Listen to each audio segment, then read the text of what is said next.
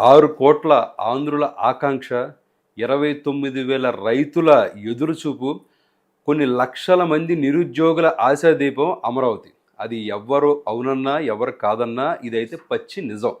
ఈ రోజున వైఎస్ఆర్‌సీపీ వాళ్ళు లాస్ట్ 5 సంవత్సరాలు ఏం చేశారు అంటే, వాళ్ళు ఏం చెప్పుకోలేక, సిగ్గుతోచక దెయ్యాలు వేదాలు వల్లించినట్టు ఈ రోజున ప్రతి ఒక్కడు కూడా ఇలా నిందలు మోపడం అనేది వాళ్ళకి సహజం.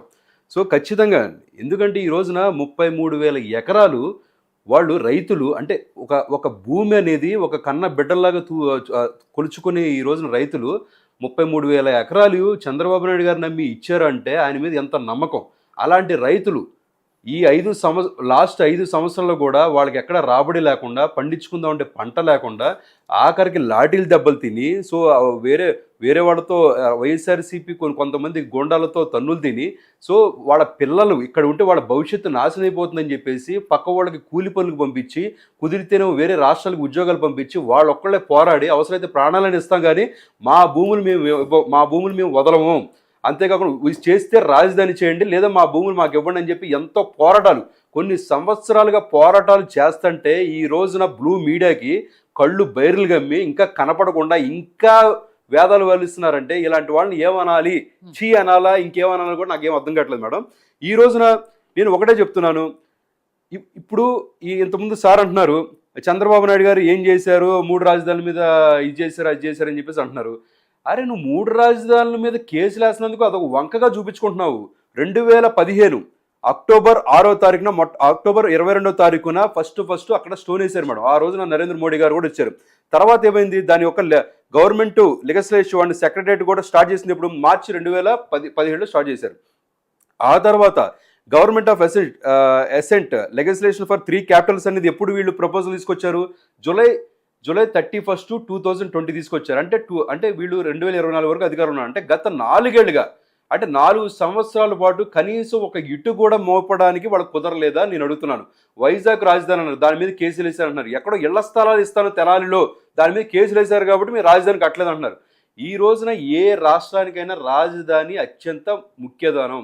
ఈ రోజున ఆంధ్రప్రదేశ్ ప్రజలు కూడా ఈ రోజున వైసీపీ పార్టీని చీతూ అన్నారు అంటే ఖచ్చితంగా రాజధాని మీద ఉన్న సెంటిమెంట్ అది వర్కౌట్ అయింది. ఈ రోజున బాబు రెడ్డి గారికి తెలుసో తెలుగో మాట్లాడుతున్నారు కానీ ఈ రోజు కూడా రాజధాని వ్యతిరేకిస్తున్నావు అంటే కనుక వైఎస్ఆర్సీపీకి వాటికి పుట్టగతులు ఉండవు.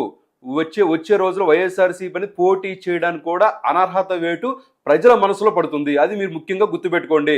వైఎస్ఆర్సీపీ ఓడిపోవడానికి ఉన్న 5 నుంచి 6 కారణాల్లో మొట్టమొదటి కారణం రాజధానిని వ్యతిరేకించి 3 రాజధానులు చేయడమే.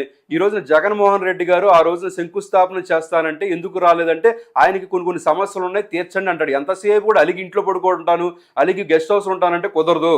నీకేమైనా ప్రాబ్లం ఉందంటే ఖచ్చితంగా నువ్వు బట్టబయలు వచ్చి నువ్వు మీడియా ముందు చెప్పగలగాల, లేదా అసెంబ్లీకి వచ్చి నువ్వు పోరాటం చేయగలగాలి.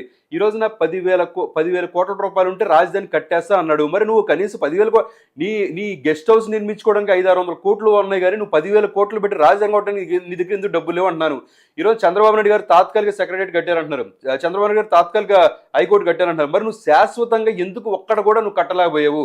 ఉన్న ప్రజావేదికను కూడా నువ్వు రాగానే మొట్టమొదటి కూల్చావు. అరే నువ్వు ఏం చేస్తున్నావు కూడా నీకు తెలియట్లేదు జగన్మోహన్ రెడ్డి గారు. మీరు ఈరోజు నేను ఒకటి చెప్తున్నాను, ఇంకోటి కూడా అన్నారు బాబు రెడ్డి గారు, ఏ ప్రభుత్వం కూడా ఏ సిటీ కూడా రాజధాని నిర్మించలేదు, అది ఎక్కడ కూడా ప్రపంచంలో ఇంతవరకు కూడా చరిత్ర లేదంటున్నారు. నేను ఎగ్జాంపుల్గా కనీసం 2-3 చెప్తున్నాను మీకు. అబూజా నైజీరియా అనేది established of the new capital of Nigeria. ఇది ఏం చేశారండి, scratch from the move the capital away of the Lagos. Capital సిటీని ఖాళీ స్థలం నుంచి వాళ్ళు కట్టుకున్నారండి సార్ నైజీరియాలో. నైజీరియా అంటే మనకంటే కూడా ఒక 10 రెట్లు వెనకబడిన ప్రాంతం, అది మీరు అది గుర్తుపెట్టుకోవాలా. రెండోది బ్రెజిల్, దాని యొక్క క్యాపిటల్ బ్రసిలియా, వాళ్ళు కూడా స్క్రాచ్ నుంచి కట్టుకున్నారు సార్ క్యాపిటల్, మీరు గుర్తుపెట్టుకోవాలా. ఇంకోటి క్యాన్బెర్రా, ఆస్ట్రేలియాలో కొన్ని స్టేట్స్ మధ్యలో డిస్ప్యూట్ ఉంది కదా అని చెప్పేసి వాళ్ళిద్దరి మధ్య కొట్లాటలు మానుకోవడం కోసం కొత్త స్టేట్ని వాళ్ళు బిల్డ్ చేసుకున్నారు. ఇది కూడా మీరు గుర్తుపెట్టుకోవాలి. ఏ ప్రభుత్వం కూడా కాదు. అంతెందుకు ఈ రోజున హైదరాబాద్ ఎవరు కట్టించారంటే కులీ కుతుబ్ షా అంటారు, లేదంటే సికింద్రాబాద్ ఎవరు చేశారంటే ఈస్ట్ ఇండియా కంపెనీ వాళ్ళు ఇన్వాల్వ్మెంట్ అయ్యి నిజాం ప్రభుత్వం కలుపుకొని ఆ రోజున కట్టించారని అంటారు.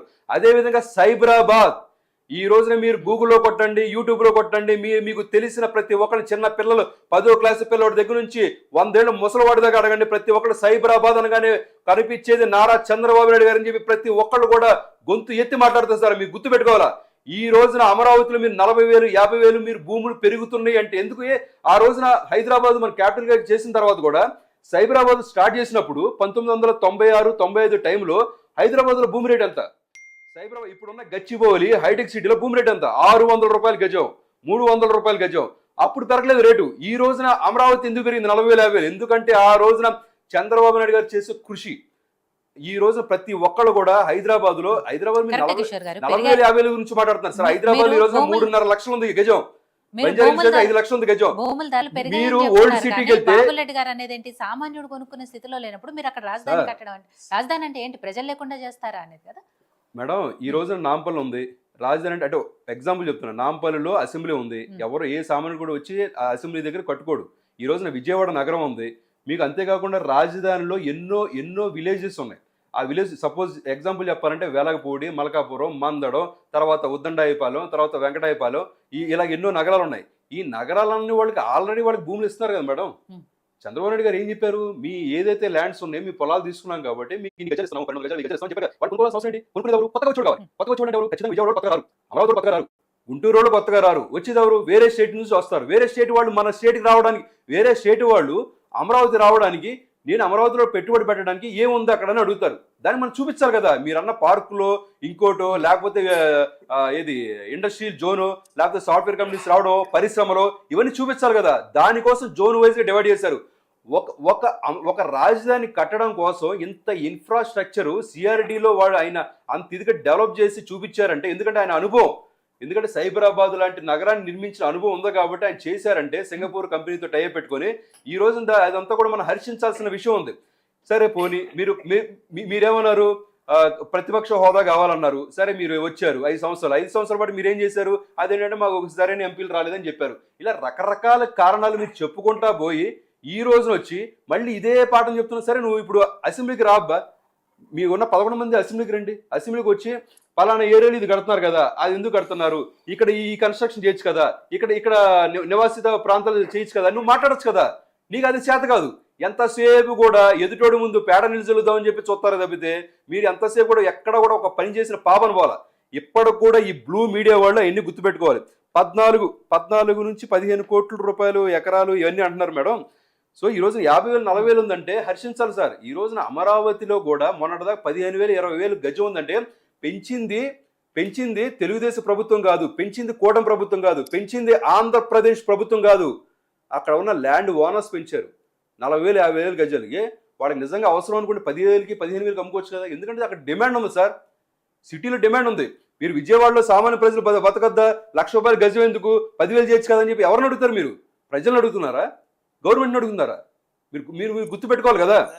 జనసాంద్రత పెరగాలి అన్నారు. ఈ రోజున హైదరాబాద్ లో 1961లో ఉన్న జనాభా కేవలం 6.5 లక్షల మంది మాత్రమే.